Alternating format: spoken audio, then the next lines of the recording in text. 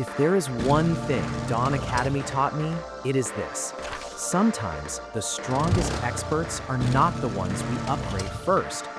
For the longest time, I only cared about a few experts. Surreal for bear hunt, Agnes for intel missions, chief stamina, and construction speed.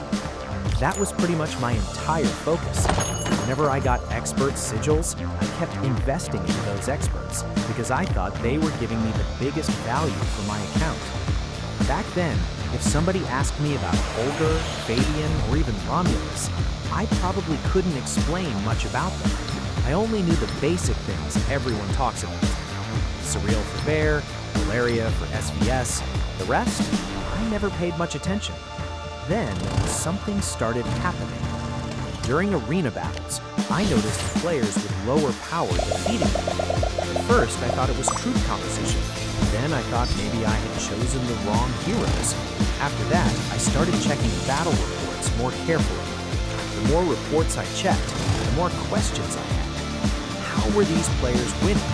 Why were some accounts performing better than expected? What exactly were they upgrading that I was missing?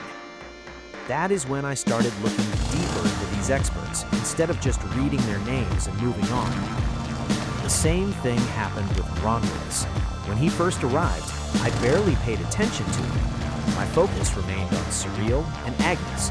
Meanwhile, other players were already investing into different experts and preparing their accounts in ways I didn't fully understand at the time.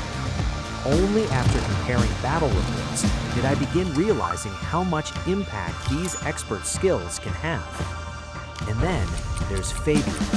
For a long time, I only knew one thing about Fabian. People kept saying he was good for Foundry Battle and Tundra Arms League. That was it. But after checking his skills carefully, I started understanding why so many stronger players value him. Let's look at them one by one. His first skill, Salvager. At max level, it gives 100% additional arsenal tokens during Talon. Now, if you actively play Foundry Battle, you already know how valuable arsenal tokens can be. The second skill is Crisis Rescue.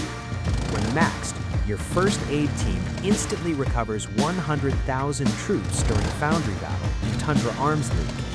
That alone can make a noticeable difference during intense battles. The third skill, Heightened Firepower, gives up to 30% troop lethality and health bonus in Foundry Battle and Tundra Arms League. 30%. That is not a small number. And then comes Battle Bulwark. If you fully upgrade it, you gain an additional 150,000 rally capacity during Foundry Battle and Tundra Arms League. When you combine all of these bonuses together, it becomes very easy to see why experienced players rate Fabian so highly. And this is where many free-to-play players run into the same problem: expert sigils. Books of knowledge are relatively easy to obtain compared to expert sigils. That is the real bottleneck. You can have all the plans in the world, but without enough sigils, progression becomes extremely slow. And that is probably why choosing the correct expert matters so much, because upgrading every expert at the same time is almost impossible for most players. Even now, I still think expert sigils are one of the hardest resources to obtain consistently. We get some from Endless Wayfarer, some from Alliance Championship Shop, a few from achievements, but the supply is still limited, which means every decision matters. Spenders and whales can usually max experts much faster. Some of them complete experts within 1 or 2 SVS cycles. Meanwhile, many low spenders and free-to-play players are carefully deciding where every single sigil goes. That difference alone changes the entire progression speed of an account. And this is where I want your opinion. How long do you think it takes a free-to-play player to max every expert currently available? 1 year? 2 years? Even longer? Let me know in the comments, because I'm genuinely curious what everybody thinks about this. Personally, I feel it could easily take multiple years depending on activity, events, and resource management. The journey is definitely not short. Still, when you look at Fabian's overall bonuses, it becomes difficult to ignore him. His Expectation bonuses alone provide troop lethality and health. Then his maximum affinity talents provide additional attack and defense bonuses inside Foundry Battle and Tundra Arms League. For players who take those events seriously, those bonuses are extremely valuable. And this is exactly why I enjoy Dawn Academy so much. Every expert feels different. Every expert supports a different playstyle. Every account ends up taking a different path. Some players focus on bear hunt, some focus on arena, some prepare for SVS, others prepare specifically for Foundry and Tundra. There is no single answer that works for everyone. That is what makes the system interesting. These days, if I decide to learn from an expert, I usually set the training duration for several days instead of constantly changing it every few hours. It feels much more convenient. The only problem is relationship advancement materials. Those resources disappear very quickly. You always need more. Hopefully we get additional sources for those materials in future updates. Looking back at Whiteout Survival, one thing keeps happening repeatedly. When a resource becomes more common, developers usually add more ways to obtain it. We saw that happen with fire crystals. We saw that happen with fire crystal shards. We saw progression become easier for several older systems over time. Maybe something similar happens with Dawn Academy materials in the future as well. We'll have to wait and see. Now I have a few questions for all of you. How many Trek encounters have you completed so far? How many expert encounters have you completed? Which expert are you currently focusing on? How many affinity levels have you unlocked? And most importantly, which expert do you think gives the best value for free-to-play players? Share your thoughts below, because reading different strategies always helps me learn something new. Whether you're a whale, low spender, or completely free-to-play, every perspective is valuable.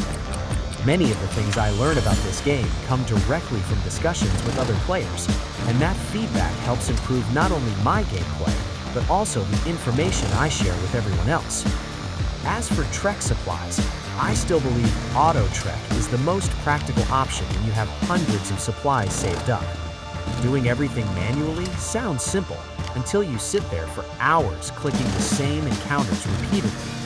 If you have a small amount, manual completion is perfectly fine, but once you start saving hundreds of Trek supplies for major events, Auto Trek becomes a huge time saver, especially during SVS preparation, when every point matters. At the end of the day, everybody has their own preferred method. This is simply what works best for me. But now I want to hear from you. Do you use Auto Trek, or do you still complete every encounter manually? And if there's something important about Dawn Academy experts that I missed in this discussion, make sure to mention it below. There's always something new to learn in this game. One thing I also want to mention here is that I am not trying to tell anybody that this is the only correct way to play Dawn Academy. Every player has different priorities. Some players focus on SVS, some players focus on Arena, some players care more about Foundry Battle and Tundra Arms League. Others simply want to improve their daily progression and make life easier through intel missions and extra stamina. That is why I always find it interesting to read your comments, because many times you guys point out things that I never even considered before. Sometimes I read a comment and think, wait a minute, why didn't I think about that earlier? That is one thing I really enjoy about this community. Even after playing for a long time, there is always something new to learn. And if we look at Dawn Academy as a whole, I think one mistake many players make is trying to upgrade everything at the same time. The moment a new expert arrives, we immediately get excited and start putting resources everywhere. Then, after a few months, we realize that nothing is really progressing quickly. That is why these days, I prefer choosing one goal first. If I want better bear hunt performance, I know where my resources should go. If I want more value from intel missions, I know where my resources should go. If I want arena improvements, then again, the priorities change. Trying to do everything together is probably the fastest way to run out of resources, especially if expert sigils are involved. And speaking of resources, I think relationship advancement materials deserve a discussion of their own. Every time I feel like I have a decent amount saved, they disappear immediately. One upgrade, two upgrades, a few affinity levels, and suddenly the inventory starts looking empty again. That is probably the part that surprises me the most. At first, you think the difficult part is unlocking the experts. Then later, you realize the real challenge is continuously developing them. The deeper you go into Dawn Academy, the more resources it asks from you. Which expert gave you the biggest surprise so far? I'm really curious about that. Was it Surreal, Agnes, Holder, Fabian, or somebody completely different? Because when I first started paying attention to battle reports, I definitely changed my opinion about several experts. There were some experts that I thought were average, and later I realized they were much stronger than I originally believed. And there were others that looked amazing on paper, but did not fit the way I personally play the game. That is another reason why I think there is no universal answer. The best expert for one player may not be the best expert for another. Your spending level matters, your goals matter, the events you participate in matter. Even the activity level of your alliance can affect which expert gives you the most value.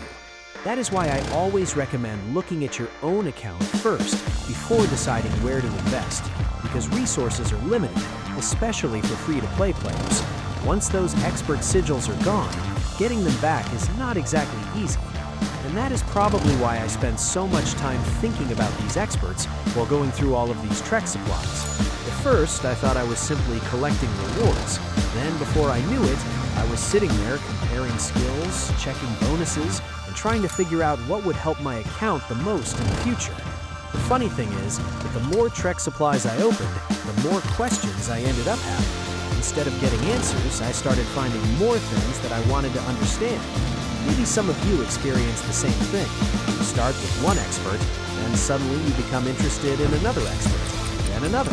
And before you know it, you're comparing every single expert available in Dawn Academy. That's exactly what happened to me. And I have a feeling it will continue happening as more experts get released in the future. Because every new expert changes priorities again. Every new skill creates new possibilities. Every update makes us rethink our progression plans. For now, though, I'm still enjoying this journey, even if it takes a very long time, even if resources are limited, even if progression sometimes feels slow. At least every upgrade feels meaningful. Every affinity level feels like progress. Every expert encounter feels like one step forward. And eventually, all of those small upgrades start adding up. So before this video ends, I want to ask you guys a few things. Which Dawn Academy expert are you currently focusing on? How many trek supplies have you saved at once? Do you use auto trek or do everything manually? And if you had enough resources to instantly max one expert today, which expert would you choose and why? Make sure to share your answers below because I always enjoy reading different opinions and strategies. You never know, your comment might help another player who is trying to decide what to do next with their own account. And who knows, maybe it'll help me too.